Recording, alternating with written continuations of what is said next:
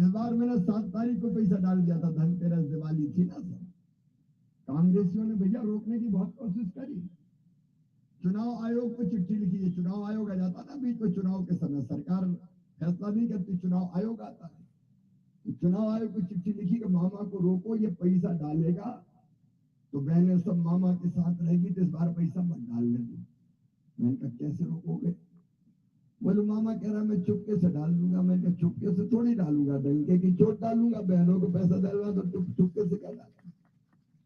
और आज भाई दूज पर अपने प्रदेश की सब बहनों को मैं कह रहा हूं, मेरी बहनों, इस भाई के रहते हुए निश्चिंत रहना, दुनिया की कोई ताकत मुझे पैसा देने से नहीं रोक सकती।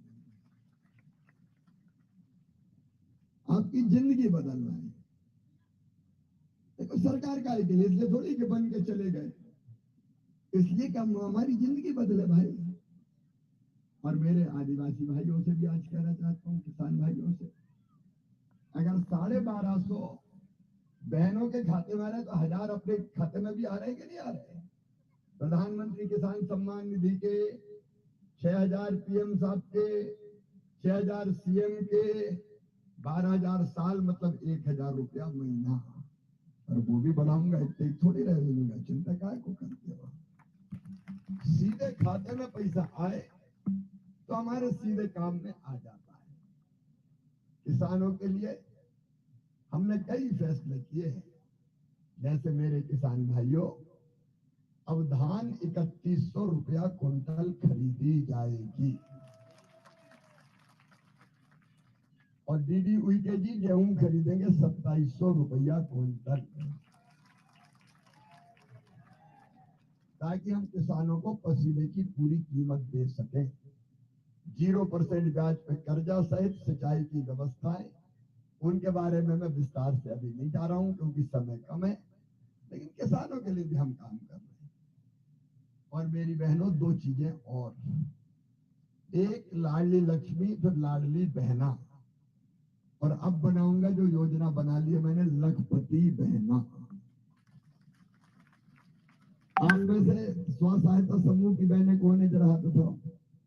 ये मेरी बहनों, अपना आंदोलन चल रहा समूह का, और अपनी कोशिश है कि हर बहन लखपति दीदी बन जाए, मतलब जो साल में 1 लाख रुपया से ज्यादा कमाए।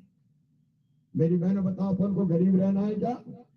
अब नहीं रहेंगे गरीब।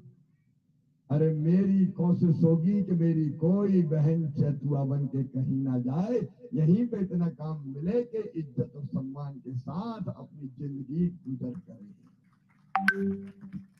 और ये हम करेंगे।